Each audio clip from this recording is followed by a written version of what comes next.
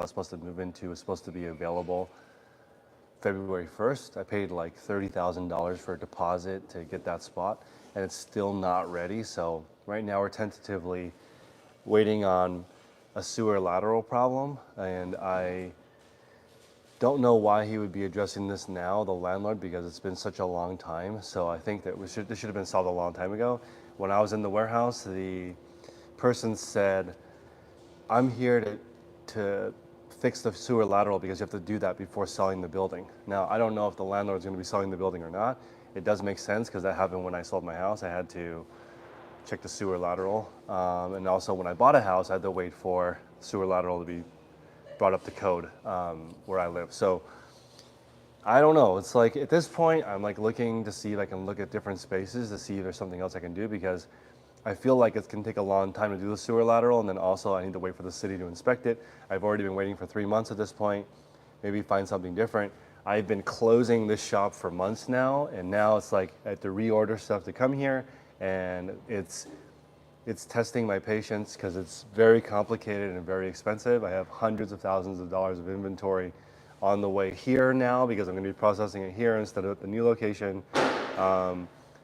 Logistics is an interesting business. Stuff is early or late, and now I'm just having to figure out, what to do next because it's always in limbo. And for the first time ever, I asked some of my employees if they wanted to go on an unpaid spring break because there's nothing to sell. This week will be the first time ever I ran out of stuff to sell. So it's very odd, right? There's so much stuff to sell. I'm out of stuff to sell. Maybe we'll walk around in just a second, but there's nothing in here to sell. It's completely empty.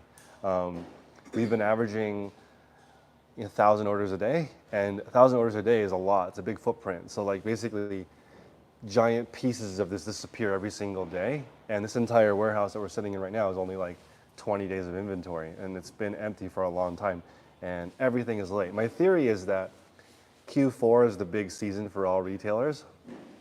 And since recently I've been selling overstock, I think it takes them a few months to aggregate all the stuff from all the different stores that didn't sell, put it all together in some third-party warehouse, sell it to somebody like me, and then get it all shipped out. But I've never seen this kind of backup ever. I'm like, I've paid for stuff a month ago, it's still not here. So everybody working with wholesalers and brokers out there, I don't know if you're having the same experience as me, but everything is late.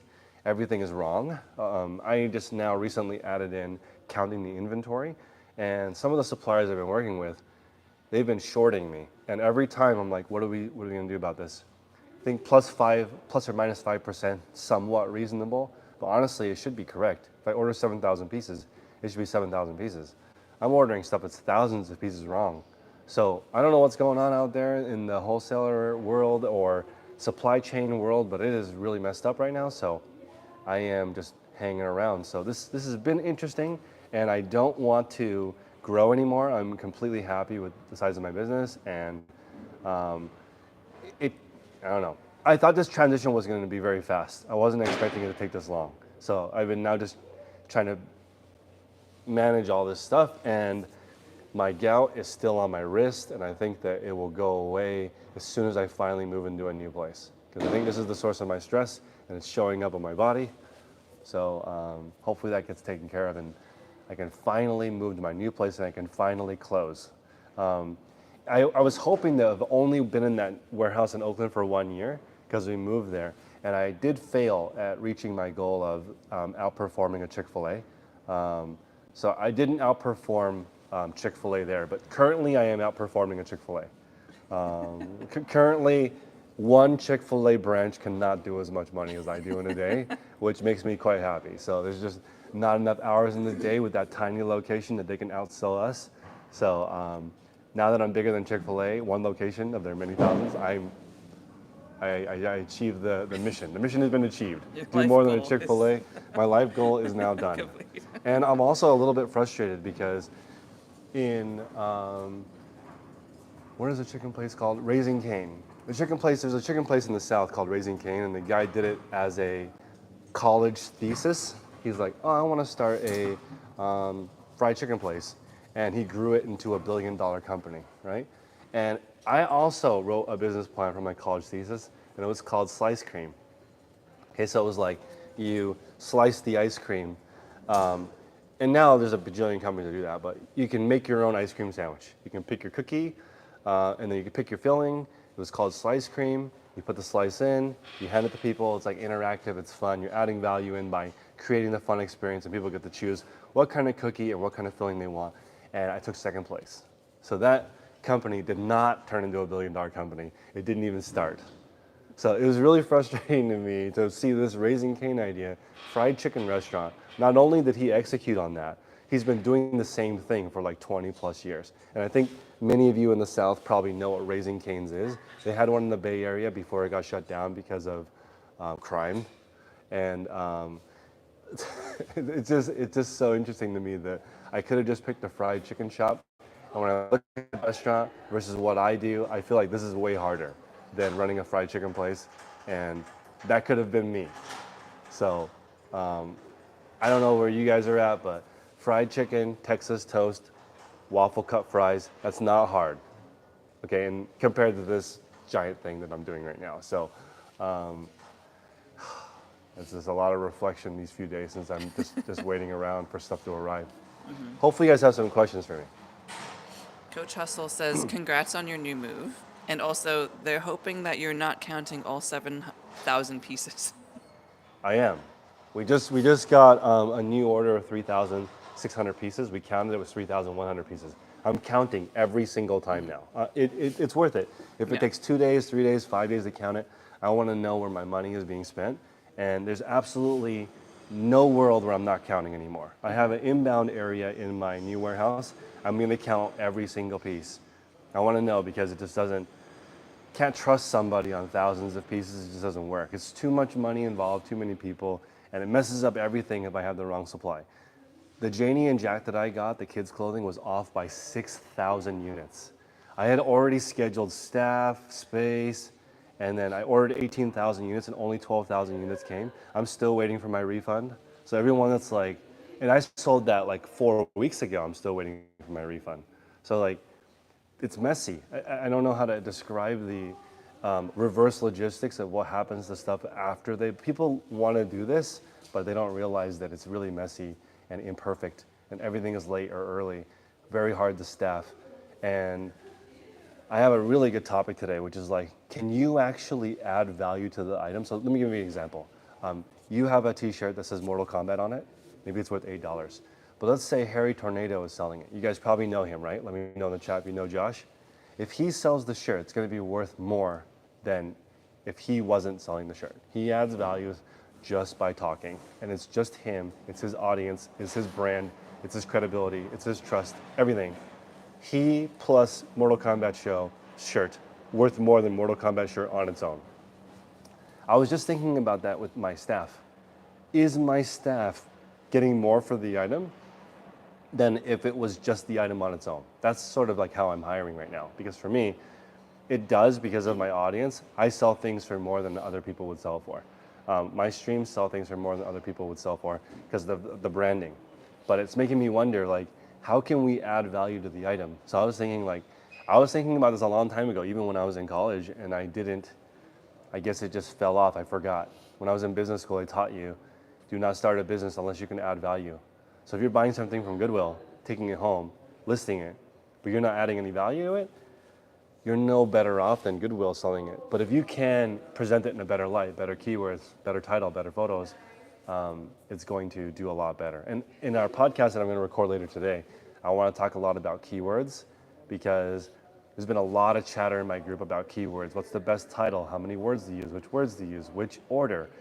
How important is it to double up on the item specifics versus the title versus the description? All these things matter and they all create a different customer experience, and it's something that we're going to talk about a little bit later today. But can you actually add value to the item is really the main thing what separates successful resellers and then regular ones. Flank says, running a quick service restaurant and volume reselling feel like similar momentum to me. Yeah, the nice thing with volume fried chicken is that it's the same chicken over and over again. And for us, as resellers, the volume, low margin, non-replenishable is really hard. Because imagine if Chick-fil-A, every single day their menu was different, every single day their staff was different, every single day their location was different. That's what it feels like to be a reseller selling cheap items. If you're Five Guys Burgers, I don't know if you guys have that where you are at, the burger is much more expensive. They don't need to serve as many burgers, and it's a different experience. They over deliver. You order 10 French fries, they give you a bag full. You order a burger, it's way bigger and has way more toppings than you thought. That kind of experience is different than In-N-Out Burger here, which is volume. Everything is exactly the same. And I think there's like a benefit to buying from a bigger chain. For me, I would much rather buy something from a bigger store than a small store because a small store can't fix it if there's a problem. They don't have a replacement. They don't have anything similar. Maybe they're living paycheck to paycheck. But if you buy something from a big store and there's a problem, they can just give you a new one or whatever. They can give you store credit and it's back to business for them.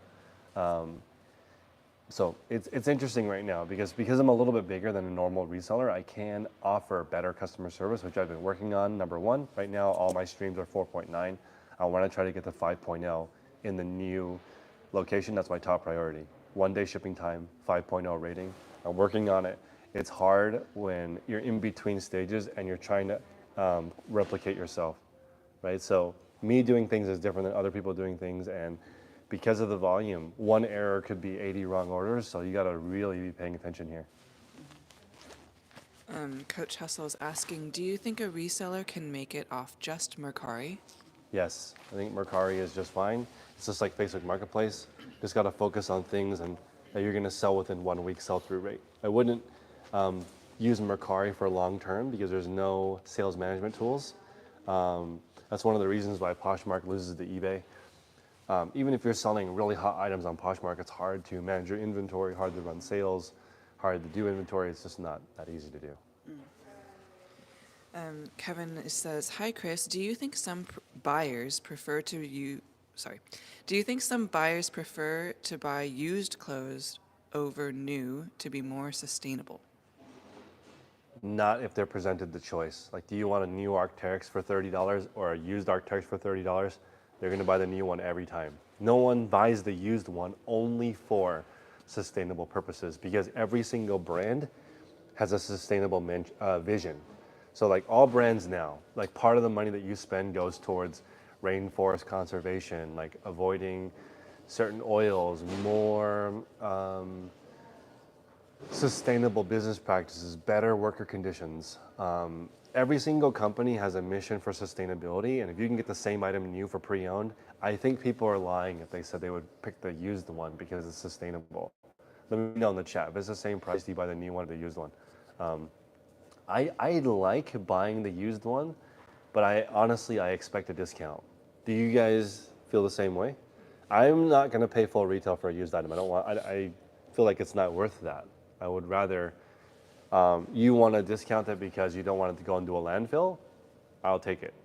It's the same price, send it to the landfill. That's how I operate because it's not like, it's the value proposition is not the same for a pre-owned item. So you let me know in the chat if you guys would pay the same price for a used one, but I don't know. It doesn't make sense. Husty's Emporium says, what do you think of the free FBF for private sellers on clothing and how it will affect small business sellers? I think it is always hard as a small business seller because of one thing. You guys ready? Hopefully you can sit down for this right now, and it's gonna be the topic of my podcast today. But the problem with the small business is personalization. Like, when you run a small business, you want to make it your way. That is actually the problem. That's why it's so hard to run a small business because you got to add your own flavor and sauce to it and make it your way. That's what makes it fun for most people, but that also stands in the way of making it replicatable. This new situation is designed for volume sellers because it's a way for them to streamline fees. And it's one of those situations why 95% of resellers 5% of resellers make all of the money. Because the platforms are designed for high volume. The low volume person can survive. It just has to be a different approach. You have to sell enough that it doesn't matter what the fees are. It doesn't matter how you list it, or you're like a ninja in your category and you know exactly how your buyers shop and you source those particular items. And also, right now I'm making like this 10 reseller rule thing that people can use. And if you're in the top 10% of your category, you know where the items come from. That's the key. If you're not in the top 10% of your category, you do not know where the items come from, and you cannot build a business really. You're just going to be an everything seller forever, which there's nothing wrong with that. It's just harder and harder because of new rules and promotions like this that push all the larger sellers to the top. And this trend has been happening for a long time. That's why I always wanted to be on the side of the larger sellers. It's not because I need more. I just don't want to be on the side that's struggling. One side is struggling more and more, and one side is getting more and more benefits. I want to be on the more and more benefits side.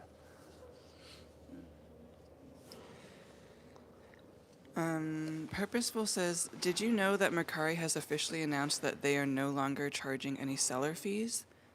Now when you sell something for $25, your earnings are the full amount of $25. Minus the processing fee, most likely. Yeah, I was just looking up, trying to find an article about it. Mercari never was profitable. Let's see.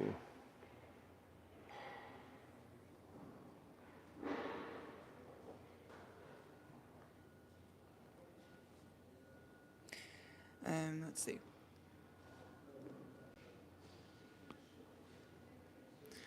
Jika says, how do you know how much people will pay for a new product on Whatnot?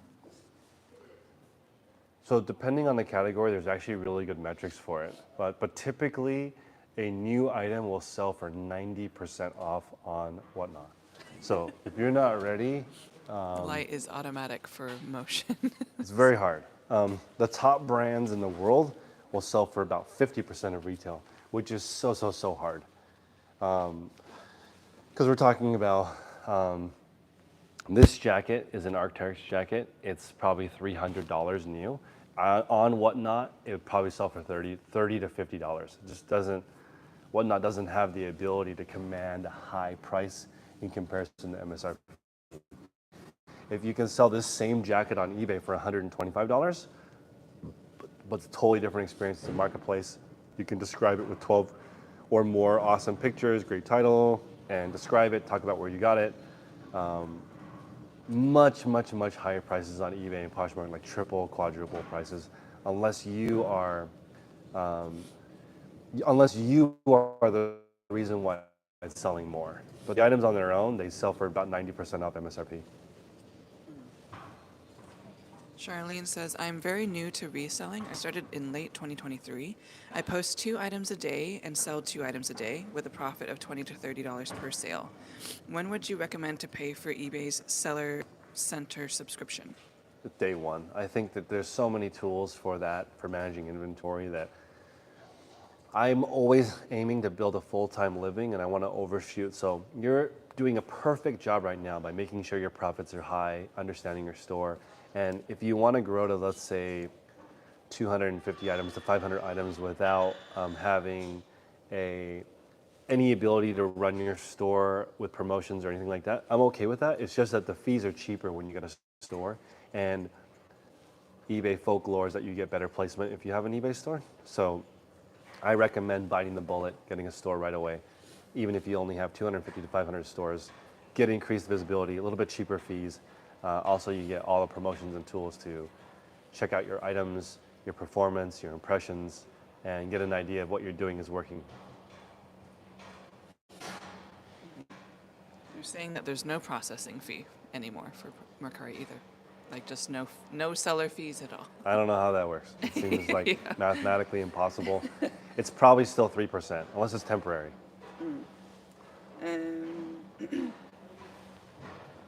Blue Water says, what is your advice for someone who wants to do this purely on the side and create more of a self-sustaining business model on eBay? My goal is $1,000 a month profit. If you want a sustainable model without you, you need a staff. That is one person.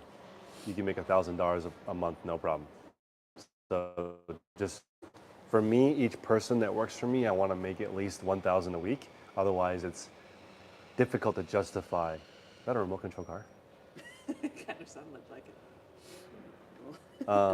Someone's got their RC set up in here. If if you're trying to make $1,000 a week sustainably without me, you could have one person do all the work for you.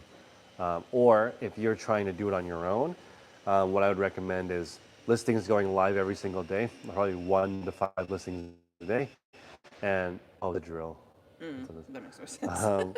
1 to 5 new listings a day, and I would source 4 to 10 days a month, and I would have like at least a month worth of inventory backlog that I could list, and that would be a self-sustaining side hustle, making about 1,000 a week, or 1,000 a month rather. Jika said, how did you know Cariuma was going to be a good product for you? How did you find that brand? I look at the deals that come in, and Cariuma for me, what sold it to me was there were 3,000 SKUs. So when you have that depth of inventory, and also returns means it's not a messed up size distribution. So returns means it's proportional to who buys it. So for example, everybody knows in women's sizing, 7, 8, 9, 10 are better.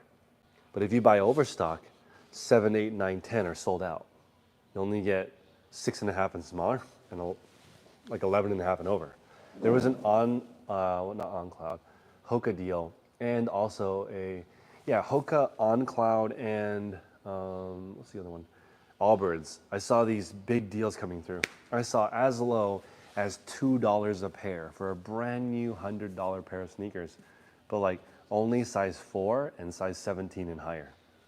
Now, still probably worth it, but you probably have to wait, 2 years to sell through all your size 18, because there's only so many people that are 7 feet tall that want that shoe for $29.99, right? So it's hard to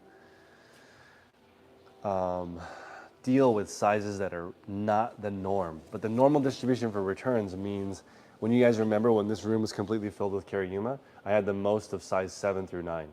And also I had 3,000 different colors. So it was a no-brainer for me. Also, I know how to process shoes. So like, I'm a shoe processing expert. I could sell 30,000 shoes, no problem. It only took about, 80 days to sell 99% of those shoes. We had some left over, but for the most part, we sold about 500 pair a day. Actually, it's way more than that. I sold 500 lots a day of 2, so more like 1,000 pairs a day. It was a lot, because we didn't run Cariumas every day. Mountain Sky says, do you just consider your profit for sale, or do you look at the percentage of the sale you're getting? That's a good question. I'm trying to run my business on 20% margins or higher. I was just looking at a lot of companies that I admire. Some of them operate on 60 and 70% margins. And the only way they can do that is with no cost of goods. So for me, there's a very high cost of goods. Half of everything I sell, half of all the revenue is cost of goods. Very, very, very high cost of goods. When you are reselling on your own, I recommend like 20% or less is your cost of goods, right? So buy something for 5 and sell for 30. Buy something for 10, sell for 50. Really, really, really high gross margins. I don't recommend small margins doing it on your own, because there's not enough time in the day to sell those quickly. What's the question again? Do you consider your profit for sale, or do you look at the percentage of the sale you're getting? So I'm switching to profit only. I actually don't care the amount of revenue that happens. And this company that I really like called Basecamp, and it's owned by 37 Signals, is the main company. The guy says whenever he's talking, they're like, how well does your business do? And he's like, we do tens of millions of dollars in profit. And they're like, oh, well, how much revenue? He's like, I have no idea. It doesn't matter to me. We have tens of millions of dollars of profit that I can spend, my employees can spend. Who cares how much revenue comes through? And I actually think that's a better way of looking at it. Because like, revenue is cool and sexy, but you can't buy diapers with it. So I'm looking at only profit mattering at this point. And I honestly think that personalization is kind of poisonous. Like, why do you have to run your business your way if you could just run it a profitable way and then do something personalized after that? Like, I don't want a personalized way of earning money. I want to earn money and then personalize my life. I don't know how you guys look at it, but I was always like the trying to be a lifestyle guy and have my business fund my lifestyle. It didn't work as well though. It's like trying to run the business as best as I could and then paying for my lifestyle after that. I don't know. Just for me, I think that the bane of reselling is personalization. People want to resell their way instead of just like pay a lot less than what it sells for and you can easily process first. Then after you're buying low, selling high, then personalize after. Don't be like, making up your personalized way of profit and loss. That's like I don't know. I heard this saying that your work life is, your coworkers are not your friends. And this is on the blog from 37 Signals, and it kind of triggered me a little bit because like I've always been close to my coworkers, but honestly, like I didn't hang out with my coworkers that much after work. Like I would rather hang out with my family, or real friends. So this book or this concept 37 Signals put out there is that companies use family to get you to work on the weekends and stay late and give your whole soul to the company. Join our family here at Bob's Hardware. We'll take great care of you, but we're going to call you on nights and weekends, and when we're busy, you need to come in. That's like a family. That's what family would do, right? But this company's like, I don't want that. I want you to be done with your work as soon as possible and then leave. If you need something from me, I got you. The company's got your back, but we do not need you here outside of the work. You do the work, go home. And if you want a friendship with somebody at work, have a friendship with them outside of work. No work friendship, no work wife, work husband thing. Separate those. And I don't know how I feel about that, but it was interesting because like all the people that I've worked with in my life that I'm close with, it's just a different dynamic than the people I'm close with at work, but would never hang out with. It's just like a different type of relationship. Emmy's question says, what is going on with fees for eBay? I have a small store apply to no subscription stores. No, all stores have similar fees. Your fees are slightly lower if you have a store. Kevin's question, with your past history of finding good items at the flea market once a week, how would you get the same inventory but have it come to you? I was never able to get the flea market stuff to come to me, ever. In fact, I told the lady when I stopped going, like, you're my main supplier. I want to spend $1,400 to $2,500 a week with you forever, but I need you to deliver to me. I can't come here on Sunday morning at 3 in the morning. And she just said, no, I'm not going to deliver to you. Like, somebody else will come buy it from me the way I want them to buy it from me, which is 3 in the morning on Sunday. So I don't need you, which is completely fair, right? I just wasn't a big enough fish for her to care. There were so many people, like the people at the end of the flea market are worth more money to her. She's a volume seller. So like, if I was the last person of the day, right? And she had to just drop it off on their way home, she'd have been no-brainer. But I'm the one picking the good stuff? No. The good stuff person, you gotta go manually get it. They're not gonna do that for you. That's in my experience. But unless you are a big enough buyer that you can like be their only person they sell to, then that would work.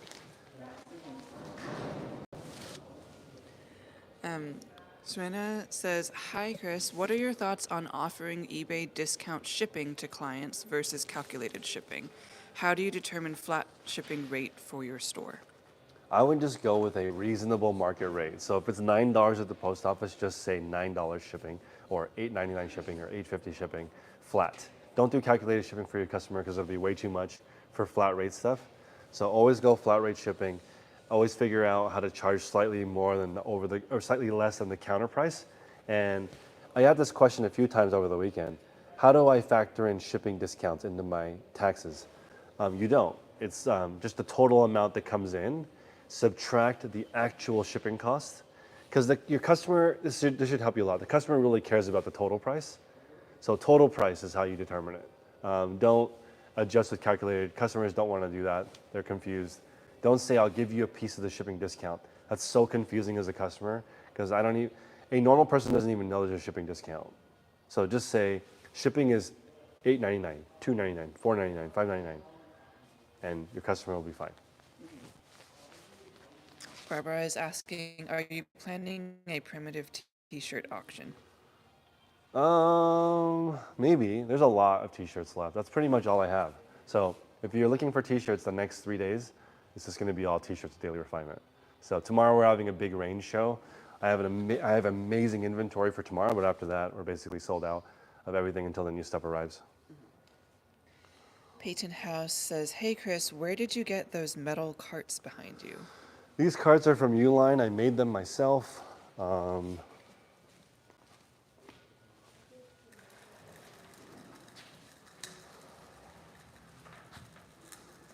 Cubby system. There's one more thing that I might do to customize it.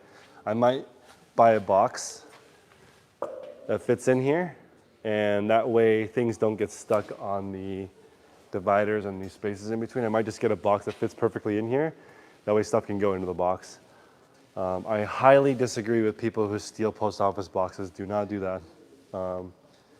If you just do it right, you only need to buy these one time. I just bought these one time and I never need to replace them. So they're Uline racks with the dividers that you can buy on their same site. And these are designed customly for how I sell things. So whatever you are selling, if you're selling single items, this would not make sense because these are way too big for single items.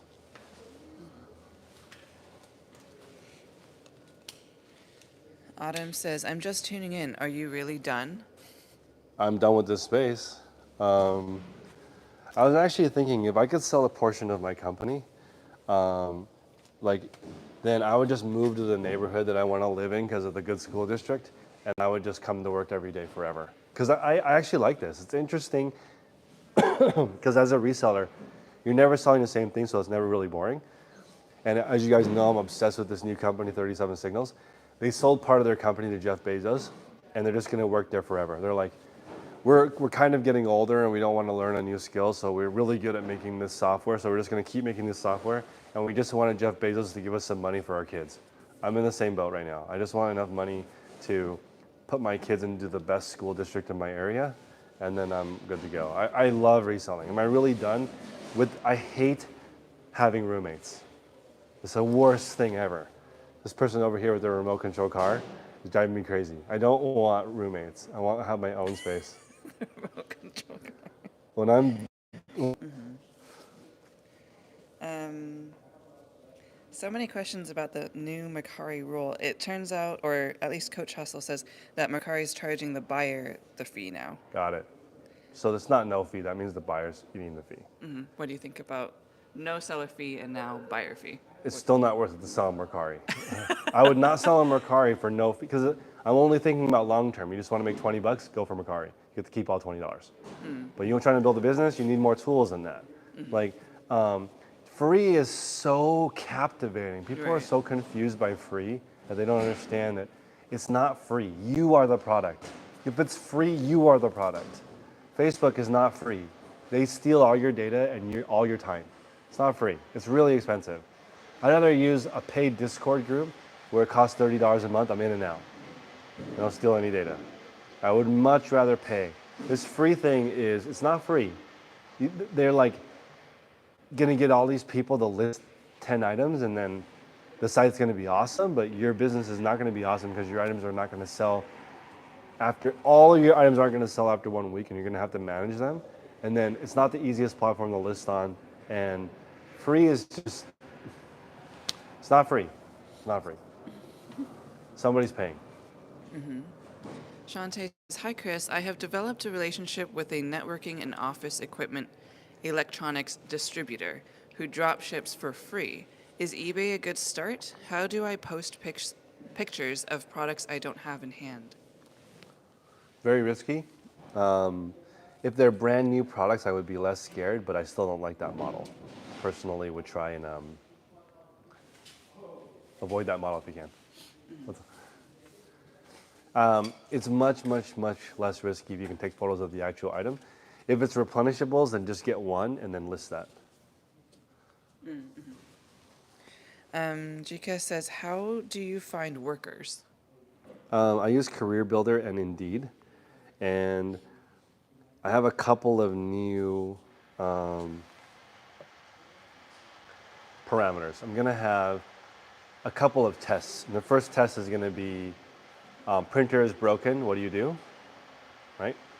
I'm going to have more in-person testing, like maybe an escape room, right? Put them in an escape I room. think so. I think you should make Because I want an problem escape solving. room. Like if you're stuck in the jail cell, right?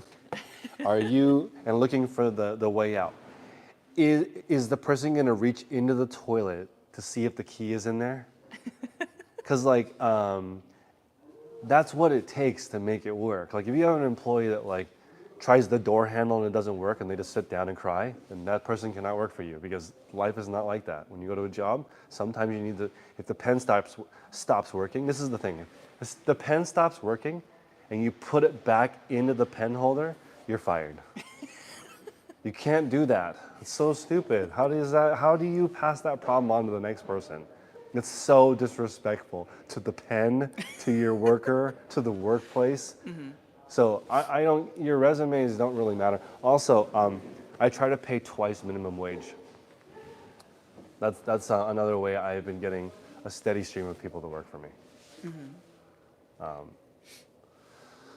I can't stand using a pen and it's empty. I just don't get it. Who did that? My new place has way better cameras. I'm gonna just fire people on the spot. If they put a pen back that's not working, it just is so frustrating to You me. have like a Do megaphone. not, Like do not do that. I'm gonna have this claw that just comes out and grabs them. it's like a giant claw Just machine. don't do that. It's horrible. I hate that. Like this space right here, like it gets, I don't know, just people don't leave it as better than they found it. That's gonna be a new rule working for me. Like, just please leave every space as nice as when you found it. We all work here. We all share the same space. Yep. Flank Push says, how long did it take you to have 100K units sold when you first started, I assume? On Whatnot, it took me a year. On eBay, 7 years, 70, 20,000. I think it took me 6 years on eBay to sell 100,000 items. It took me a long time. Yeah, it took me a really long time. I did not understand eBay for a really long time. It was a long learning curve. Root Pie says, what was your first call to a distributor like? So for me, I've only called a distributor when I have a little bit of information. I've never like called the phone book asking for people. So usually I'm like, hey, I heard from this, that you are the person to talk to in regards to this. This is me, 10-second spiel, right? And then I like to see if there's a possibility of working together. That's how I look at it. Ideally, I can lead with some kind of problem that they have. So that's going to be how I approach distributors in the future. And I've been talking to a lot of distributors recently, and I've been looking for warm referrals. If I was single, I would be asking people for a referral. I'd be like telling people what I'm looking for, and then hopefully somebody out there already knows her, right? And so it's like I've been watching all these studies online of people growing, because a lot of the people in my reselling group are older, and I was just listening to, like, including me, half of people who are 75 and older live alone, right? What was the topic? I just want to really. The first time that you called a distributor? Oh yeah. Okay. So essentially, the key is figuring out what people need and then catering it for that. So whenever I call somebody, I'm catering it for what they need by investigating them as much as possible before I go, and I'm looking for a referral. Referrals are key. You gotta find a referral. So the reason why I'm putting this out there is because men notoriously are not good at building relationships. Even for the flea market, all those relationships I got were really a lot easier when I went with my wife, because she was talking to the vendors not about business only. So, the key conversation with the distributor is, hey, how's it going? What's life like? What do you need? What are you working on? What kind of challenges do you have? Do you have any kids? And working on all that to build that rapport with somebody so they'll actually give you a chance. Interesting. So you think most distributors want that, or Yeah, I some don't just think want business? I don't think distributors just want business because they just essentially sell to who they like. There's nothing special about you. Everyone, when you have a good product, like, hey, I have all these amazing products for sale at a discount. You can sell that to anybody. You just sell to the people that you like the most.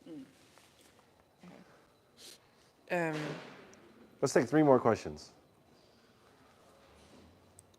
let's see.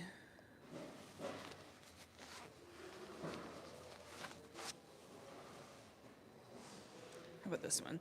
Jonathan says, "Hey Chris, how would you do reselling in college?"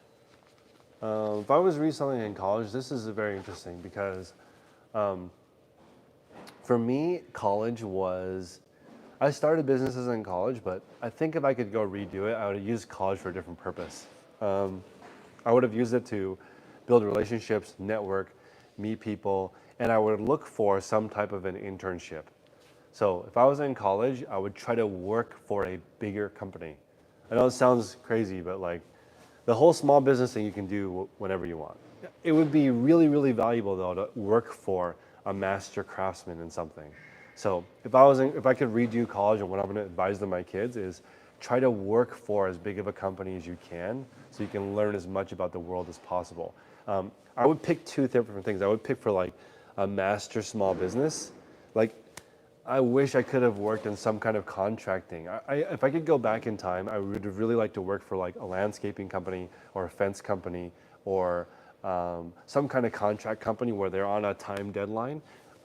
Like the people who've come to my house to fix certain things like insulation, fencing, landscaping, they work so differently than a corporate job where you go and you get paid. Because like, I'll give you an example. I went to, last Saturday, I went to fix my bike. So I went to the Trek store to fix the bike that I bought there. And I bought the bike there because when I have a problem, I want them to fix it. So I went there and it was slow, so nobody was in the store. The bike pump that I bought wasn't working. So there were 3 people working there. All 3 people came over to diagnose my pump not working.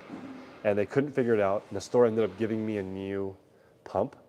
And I was just thinking, the person who owns this store just paid 3 people to give something away to me. No sales, no money, right? They had the whole overhead of the whole store and 3 people and all the stuff in the store. No one was in there buying stuff, just me getting free stuff from them. I didn't even ask for free stuff. I just said, and I would have been okay buying another pump really, but they just said, no, you bought it here, we appreciate you. We're going to give you a better new pump, which I appreciate, but it's just like, man, it's so hard to run an actual business. If I was in college, I would work for a company to see all these things that happen on a bigger scale. That would have saved me so much time. Because operating at home or learning from people on YouTube, you're not learning from the masters, from the greats, people who know a lot. And the people who installed my fence in 4 hours, if you work for that company, you could do anything. Like they came in, they drilled all the holes with the auger, they put the posts in with the thing. Everyone was going, like they would make one trip and bring something back. It was so freaking efficient. And they were like, yeah, we can do multiple jobs a day. We're never in a spot more than one day. We measure 10 times and cut once. Like when we got the quote from them, they came and they measured a whole bunch of different times, weather, pattern. It was like so organized. And you cannot learn that from a small business. So I wish I could go back and learn from a master in something. It would just really, really, really add up. And in person, not online, in person. I feel like there's masters who have small businesses. Yeah. Yeah. Master in a small business is fine. Yeah. I'm just saying like this fence company, it's a small business. Yeah. Anything under 30 employees I consider small business. But I really, really want the owner to be there and the owner to bust butt. Because it's like, I love it. I love when the owner is at a restaurant walking around like, hey, how's your service today? Just a plain clothes person walks up and is like, hey, how's your dinner? And you're like, oh, and they're like, well, let me know if there's anything we can do better. That's the owner talking. I would like to work at that restaurant because it's just you're going to learn so much more than learning from small business people online. And also all of that, I still think you should run a small eBay store. So I would go like 100 to 500 items, 1 to 5 new listings a day. And honestly, You're only in college one time. Like when you graduate, you get the reward of working every day forever. So like, I would go back and enjoy college a little bit more. I worked full time in college to pay for it. I got a full ride scholarship, but I didn't get books or room, and I wanted the car. So when I was in college, my first job was at eBay when I graduated from high school. I worked at eBay for 90 days. It was too far of a drive because it was about an hour drive from college to eBay and back, so I decided I didn't want to do that. But if I could go back and learn from a master, and all the people I worked for eBay, no offense to them, they were just regular pencil pushers. I didn't learn anything. But learning from an expert in anything is so freaking cool. Even like watching a professional tennis player warm up, you learn more than college as far as how to perform at a high level. One more question.